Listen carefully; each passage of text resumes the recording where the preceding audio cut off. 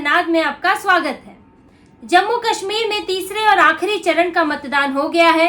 लोगों ने मतदान में बढ़ चढ़कर हिस्सा लिया और शाम तक करीब 58% वोटिंग हुई है। लेकिन ये जो तीसरा चरण है वो पिछले 2 चरणों से कई मायनों में अलग है और महत्वपूर्ण है। इस तीसरे चरण में अब तक की सबसे ज्यादा 40 सीटों पर मतदान हुआ है। पिछले 2 चरणों में 30 से कम सीटों पर ही मतदान हुआ था और 40 सीटें इस बार मैदान में थी। और इसमें भी इस बार चुनाव का फोकस कश्मीर की बजाय जम्मू पर है। जम्मू में क्योंकि इस बार 24 सीटें हैं जिन पर मतदान हुआ और 16 कश्मीर में और खास तौर से उत्तरी कश्मीर की सीटें हैं। और जम्मू की इन सीटों पर इस बार जो बाजी मारता है वो संभव है कि इस बार सत्ता की भी बाजी मार ले। हो सकता है कि वो सीएम बनाने की, सरकार बनाने की स्थिति में आ जाए, क्योंकि जम्मू पर इस बार 2 पार्टियों का जोर है। बीजेपी और कांग्रेस मुख्य मुकाबला यहाँ है। यहाँ पर प्रतिद्वंदिता कश्मीर के मुकाबले कम है, वहाँ पर निर्दलीय बहुत ज्यादा है, अलगाववादियों का ढेर लगा हुआ है। लेकिन जम्मू में कंपटीशन कुछ कम है और खास तौर से बीजेपी और कांग्रेस के साथ ही आपस में इन दोनों की लड़ाई है। और इसमें भी अगर देखें तो नजरें ज्यादातर बीजेपी पर गड़ी हुई है, क्योंकि बीजेपी को भी उम्मीद है जम्मू से। पिछला आधार देखें तो, और अगर बीजेपी यहाँ से बाजी मारती है तो उसके लिए सत्ता में आना आसान होगा। बीजेपी ने इस बार पूरा जोर लगाया है, जम्मू में आक्रामक प्रचार किया है और वो इसके सहारे ही सत्ता तक पहुंचना चाहती है। कांग्रेस भी मैदान में है, उम्मीदवार उतारे हैं। हालांकि चुनाव प्रचार में कमी पेशी रही है, लेकिन टक्कर वो भी दे रही है। और अगर इनकी सीटों की बात करें तो बीजेपी इस बार जो अगर तीसरे फेज की बात करें तो 24 की 24 सीटों पर चुनाव लड़ रही है। कांग्रेस 19 सीटों पर चुनाव लड़ रही है जम्मू की बात करें। और अगर कश्मीर की सीटों की बात करें तो बीजेपी 5 सीटों पर और नेशनल कॉन्फ्रेंस भी 5 सीटों पर चुनाव लड़ रही है उत्तरी कश्मीर के इलाके में। तो जैसे कि आपको देख के पता चल रहा है कि जम्मू में 24 और 19 यानी कि बीजेपी और कांग्रेस ही आमने सामने है। लेकिन अगर पिछला परफॉर्मेंस देखें तो कांग्रेस के मुकाबले बीजेपी का परफॉर्मेंस कहीं बेहतर रहा है। यहाँ पर ये तो तय है कि बीजेपी ज्यादा सीटें लेकर जाएगी। कांग्रेस यहाँ पर सीट काटने के लिए इस गठबंधन में उसका उपयोग है, क्योंकि नेशनल कॉन्फ्रेंस भी यही लगभग कहती रही है कि कांग्रेस यहाँ पर सीटें या जीते ना जीते, लेकिन बीजेपी का वोट काटने के लिए उसका इस्तेमाल यहाँ पर हो रहा है, ताकि कुछ सीटें जीत सके, बीजेपी जो है बहुमत के करीब ना पहुंच सके।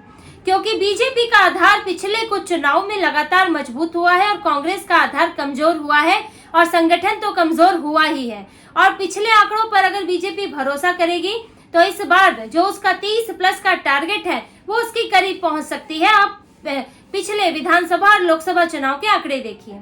2014 के विधानसभा चुनाव में बीजेपी को 18 सीटें मिली थी। 2019 के लोकसभा चुनाव में 21 सीटों से आगे रही और 2024 के लोकसभा चुनाव में 22 सीटों से आगे रही। पीडीपी को 2014 के विधानसभा चुनाव में 7 सीटें मिली थी। 2019 में कोई भी सीट पर वो आगे नहीं रही और ना 2024 के लोकसभा में किसी सीट पर आगे रही। नेशनल कॉन्फ्रेंस को 2014 के विधानसभा चुनाव में 5 सीटें मिली थी। 2019 में लोकसभा में वो 8 सीटों पर आगे रही। 2024 में 2 सीटों पर आगे रही। कांग्रेस को 2014 के विधानसभा चुनाव में सिर्फ 2 सीटें मिली थी और लोकसभा में किसी भी सीट पर आगे नहीं रही 2019 में। 2024 में 2 सीटों पर आगे रही। अन्य जो यहाँ पर प्रत्याशी थे तो 2014 के विधानसभा चुनाव में 4 जीते थे। लोकसभा के चुनाव की बात करें 2019 में 7 पर आगे रहे, 2024 में 14 पर आगे रहे। ये सीटें 40 जो इस बार मतदान के लिए सीटें थी उनमें ये आंकड़ा दिया गया है। और अगर जम्मू की बात करें तो बीजेपी ने 18 में से 17 सीटें जम्मू में जीती थी और ये 2014 की विधानसभा की बात मैं कर रही हूँ। और अगर ओवरऑल सीटें देखें तो 25 सीटें 2014 में बीजेपी को आई थी। लोकसभा में भी बीजेपी ने इस बार जो उधमपुर और जम्मू की सीट थी वो दोनों बीजेपी ने जम्मू संभाग से जीती थी। तो यानी कि बीजेपी को जम्मू से अच्छे नतीजे मिलते रहे हैं। और यहाँ पर पूरा फोकस भी किया है बीजेपी ने। हिंदू वोटर्स हैं इस बार मतदान में। जम्मू में करीब 66% हिंदू वोटर्स हैं। वैसे तो पूरे जम्मू कश्मीर में हिंदू अल्पसंख्यक है, 28% है, लेकिन सिर्फ जम्मू संभाग की बात करेंगे तो 66% है। और करीब 4-5 ऐसे जिले हैं जिनमें हिंदू बहुसंख्यक है, एक आध में आधे उनकी आबादी है। तो बीजेपी हिंदू वोट भी कंसोलिडेट करने की कोशिश कर रही है। जिस तरह से जो दूसरी एनसी है, पीडीपी है, इनके पीछे मुस्लिम वोट कंसोलिडेट होता है। और साथ ही बीजेपी की एसटी सीटों पर भी नजर है। इस बार एक एसटी सीट है और एससी सीटें भी हैं। इस बार जो सारी एससी सीटें हैं, 6 सीटें हैं, वो सभी इस बार चुनाव में है, मतदान में है। तो बीजेपी इनको भी साधने की कोशिश में लगी हुई है। और पिछले आंकड़े कहते हैं कि यहाँ पर अगर विधानसभा से तो 2014 से छोड़कर अगर 24 की 10 सालों के अंतर में भी बीजेपी को यहाँ बढ़त ही मिलती रही है। और यहाँ कई चीजें हैं जो बीजेपी के पक्ष में जाती हैं और कांग्रेस को उसमें नुकसान होता दिखता है। क्योंकि एक तो बीजेपी का आधार ये है कि बीजेपी को यहाँ मजबूत प्रतिद्वंदी नहीं मिला है। कांग्रेस यहाँ है, कांग्रेस यहाँ की पार्टी भी रही है, लेकिन इस बार जिस तरह से राहुल गांधी, प्रियंका वाड्रा का रवैया देखें तो उन्होंने बिल्कुल भी प्रचार नहीं किया है। राहुल गांधी यहाँ आए ही नहीं, मुश्किल से 4-5 रैलियां की, एक आध कैंसिल हो गई। सिर्फ मल्लिकार्जुन खड़गे को भेजा गया था, वो भी बीमार हो गए, और प्रियंका वाड्रा सिर्फ एक रैली करके चली गई।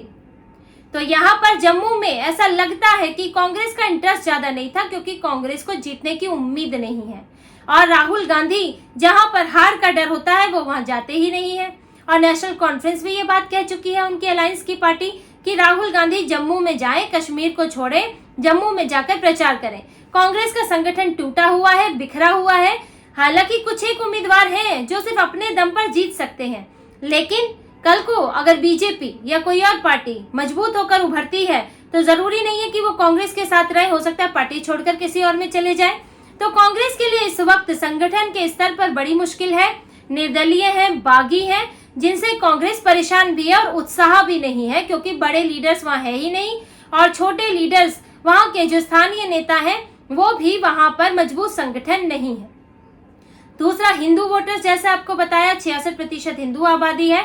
तो अब जम्मू में हिंदू सीएम का मसला भी उठने लगा है और बीजेपी के उम्मीदवार भी इसकी बात कर रहे हैं कि अगर भाजपा सत्ता में आती है तो हिंदू सीएम हो सकता है। ये निर्भर करता है कि जम्मू कितना सपोर्ट करता है बीजेपी को, हिंदू किस तरह से वोटिंग करते हैं। अगर बीजेपी को, जैसा कि उसका टारगेट है कि जम्मू से 30 से ज्यादा सीटें आए और इसके अलावा 5-7 सीटें कश्मीर से आ जाए तो कुछ निर्दलियों के सहयोग से सरकार बनाई जा सकती है। और अगर बीजेपी 40 के करीब सीटें लाने वाली पार्टी में से बनी तो वो अपना सीएम हिंदू समुदाय से बना सकती है, क्योंकि अभी तक जम्मू कश्मीर में कोई भी हिंदू मुख्यमंत्री नहीं रहा है। और लोगों के बीच भी ये बात उठने लगी है कि वो क्यों नहीं हिंदू समुदाय से कोई मुख्यमंत्री रहा। अगर अल्पसंख्यक होने की बात करें तो महाराष्ट्र में 1980 में AR अंतुले जो मुस्लिम थे वो मुख्यमंत्री बने थे, जबकि महाराष्ट्र में मुसलमान अल्पसंख्यक है। तो जब एक उस राज्य में अल्पसंख्यकों का प्रतिनिधि मुख्यमंत्री बन सकता है तो यहाँ क्यों नहीं बन सकता, तो यहाँ हिंदू सीएम क्यों नहीं हो सकता। अब ये मांग उठ रही है, ये एक मुद्दा है और बीजेपी के प्रत्याशी इस मुद्दे को उठा रहे हैं, उन्हें सपोर्ट भी मिल रहा है और ये बीजेपी के पक्ष में ही जाने वाला है। और आंकड़े भी बीजेपी के पक्ष में जाते दिखते हैं। वोट शेयर की बात करें तो बीजेपी को करीब 32% वोट शेयर मिलता रहा है, कांग्रेस को 17% मिला और नेशनल कॉन्फ्रेंस और पीडीपी को 15-14% जो है यहाँ पर वोट प्रतिशत मिलता रहा है। बीजेपी दुगने पे रही है जम्मू में। तो ये वोट प्रतिशत अचानक से खत्म नहीं हो जाएगा बीजेपी के लिए। पिछले चुनाव में अच्छा प्रदर्शन रहा और उसके बाद बीजेपी आक्रामक ही हुई है। सभी बड़े नेता प्रचार करने गए हैं। पीएम मोदी ने तो सरकार बनाने तक की बात कह दी है, अमित शाह गए, राजनाथ सिंह गए और यहाँ तक कि सीएम योगी को भी ले जाया गया। यानी कि बीजेपी ने पूरी ताकत झोंक दी है। समीकरण बनाए जा रहे हैं, वहां पर जातिगत समीकरण भी बनाए हैं और इसके अलावा इस बात का भी ध्यान दिया गया है कि निर्दलीय ज्यादा ना हो, बागी ज्यादा ना हो, उनको भी मनाने की कोशिश की गई है। तो जम्मू का इलाका, यहाँ पर बीजेपी का प्रभाव ज्यादा दिखता है, लेकिन बीजेपी के लिए अग्नि परीक्षा भी है, क्योंकि अगर यहाँ नहीं तो फिर जम्मू कश्मीर में कहीं नहीं, क्योंकि बीजेपी को कश्मीर में सपोर्ट नहीं है, वहां से सीटें नहीं मिलती। इसलिए इस बार सिर्फ 19 सीटें पर ही उम्मीदवार उतारे हैं और वो सीटें हैं जो एसटी सीटें ज्यादातर हैं उनमें से, जहां पर बीजेपी ने अभी एसटी को रिजर्वेशन दिया है और वहां से उम्मीद है कि बीजेपी को वोट मिल सके। और ये जम्मू संभाग की सीटें हैं 24, ये सभी हिंदू बहुल सीटें नहीं है। इनमें राजौरी पुंछ का इलाका भी है जहां पर मुसलमान हैं और वो मुसलमान लेकिन कश्मीरी मुसलमान नहीं है, वो घुमंतु जातियां हैं जो एसटी रिजर्व कैटेगरी में आती है। यहाँ पर भी एक सीट है, एक सीट एसटी की सीट है और बीजेपी ने वहां पर भी अपना जोर लगाया हुआ है। और एसटी से बीजेपी को उम्मीद है, क्योंकि इस बार रिजर्वेशन दिया है, उनके लिए दूसरी सुविधाएं की है जो अभी तक पिछली सरकारें उनकी नहीं सुनती थी। वहां पर सिर्फ एक ही तरह की राजनीति चलती थी, अलगाववाद की राजनीति। मुसलमान भी उनके लिए वही है जो भारत विरोध करता है। अगर कोई भारत का समर्थक है तो वो उसको मुसलमान भी नहीं मानेंगे। तो वहां पर इस तरह की राजनीति चलती थी, जिसमें जो उसका हिस्सा नहीं है उसके लिए वहां कुछ नहीं किया जाता था। और अभी तक कश्मीर में ज्यादा सीटें थी, कंसंट्रेशन ज्यादा था, सीएम वहीं से बनकर आते रहे हैं। और हमेशा या तो नेशनल कॉन्फ्रेंस रही, एक आध बार कांग्रेस रही या पीडीपी रही, तो दो पार्टियों की सत्ता यहाँ पर चलती रही है। और यही अब मुश्किल भी बन गया है इनके लिए। जो उत्तरी कश्मीर की बात करें, ये तो हमने जम्मू पर चर्चा की, जहां पर कांग्रेस और बीजेपी ये दोनों आमने सामने हैं और इसमें किसका पलड़ा भारी है। अगर उत्तरी कश्मीर की बात करें तो जी सीटें तो ज्यादा नहीं है, 16 सीटें हैं और इन पर भी कड़ा मुकाबला है। ये पूरी 40 सीटों पर तो आप देखिए 415 निर्दलीय है और इन 16 सीटों पर जम्मू के मुकाबले ज्यादा निर्दलीय उम्मीदवार है। सोपोर जैसी सीट है एक, जिसमें 20 उम्मीदवार हैं, जिनमें निर्दलीय भी है, पीडीपी भी है, नेशनल कॉन्फ्रेंस भी है। और ये वो सीट है जहां पर पहले तो चुनाव का बॉयकॉट ही हुआ करता था, चुनाव ही नहीं होते थे, मुश्किल से कुछ वोटिंग होती थी। लेकिन इस बार 20 उम्मीदवार है, वोटिंग कुछ कम हुई है, 17 से 20% के बीच वोटिंग है, लेकिन लोगों ने हिस्सा लिया है, लोगों ने यहाँ से चुनाव लड़ना चाहा है।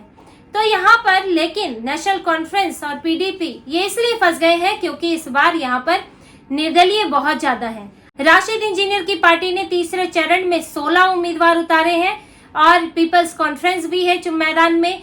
और इसके अलावा और भी कई निर्दलीय हैं। जमात इस्लामी का राशिद इंजीनियर को सपोर्ट है, जिससे पीडीपी और नेशनल कॉन्फ्रेंस के लिए दिक्कत होगी। उत्तरी कश्मीर का इलाका पहले नेशनल कॉन्फ्रेंस का हुआ करता था, फिर पीडीपी ने वर्चस्व बनाया और अब तो पीडीपी के हाथ से भी निकलते हुए दिख रहा है। 0-0 किसी भी सीट पर बढ़त नहीं रही लोकसभा में। तो यहाँ पर इन दोनों पार्टियों के लिए मुश्किल है। वैसे भी वो 5 ही सीटों पर है, 16 में से नेशनल कॉन्फ्रेंस, और क्योंकि गठबंधन में चुनाव लड़ा था, सिर्फ उत्तरी कश्मीर, पूरे कश्मीर के सिर्फ 51 सीटों पर नेशनल कॉन्फ्रेंस ने उम्मीदवार उतारे थे। तो यहाँ पर मुकाबला बहुत ज्यादा कड़ा है 16 सीटों पर। और जो बड़ी पार्टियां हैं नेशनल कॉन्फ्रेंस और पीडीपी, उनके लिए जीतना बड़ा मुश्किल बन गया है कि सभी 16 सीटें, 10 सीटें भी कोई एक पार्टी हासिल कर ले तो ये बहुत बड़ी बात होगी। तो इनके लिए यहाँ पर जो हम 40 सीटों की बात करें तो नेशनल कॉन्फ्रेंस पीडीपी 24 सीटें तो जम्मू की खो ही देते हैं और इसके बाद वहां पर जो 16 सीटें हैं उत्तरी कश्मीर की, वहां भी इनके लिए चांस बहुत कम है। और जिस कांग्रेस को इस भरोसे उतारा गया था कि बीजेपी के वोट कटेंगे, बीजेपी से सीटें छीनेंगी, तो वो भी बहुत ज्यादा ये प्लान कामयाब होता नहीं दिख रहा है। उमर अब्दुल्ला क्योंकि खुद परेशान है कि राहुल गांधी प्रचार नहीं कर रहे हैं, उसके बावजूद भी राहुल गांधी ने कोई खास बदलाव नहीं किया और अब तो वो हरियाणा भी निकल गए। वो एक दिन चुनाव खत्म होने के 1-2 दिन पहले ही उन्होंने एक आध रैली और की थी। इसके अलावा उन्होंने ज्यादातर रैली जो है कश्मीर में ही की थी। तो यहाँ पर कांग्रेस कमजोर है, बीजेपी जम्मू में मजबूत है, उत्तरी कश्मीर में कोई भी पार्टी बहुत ज्यादा मजबूत नहीं है।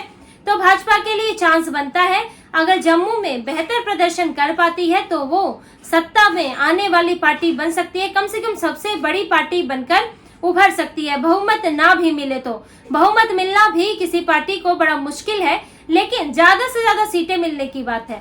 अगर कोई 40 के करीब सीटें लाता है तो सबसे बड़ी पार्टी बनकर उभर सकता है। और ये जो तीसरे चरण का चुनाव है, इसमें बीजेपी का भविष्य 24 सीटों पर तय होगा।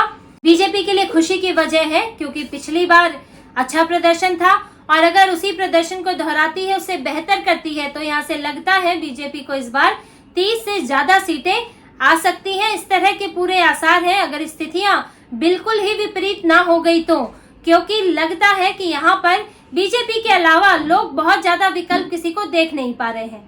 लेकिन फिर भी नतीजे तय करेंगे कि कौन कितनी सीटें लाता है और कौन पुराने प्रदर्शन को दोहरा पाता है। तो इसी तरह की और खबरें और विश्लेषण आपके लिए लाते रहेंगे। हमसे जुड़े रहिए, सब्सक्राइब कीजिए, कमेंट कीजिए। बहुत बहुत धन्यवाद। जय श्री राम।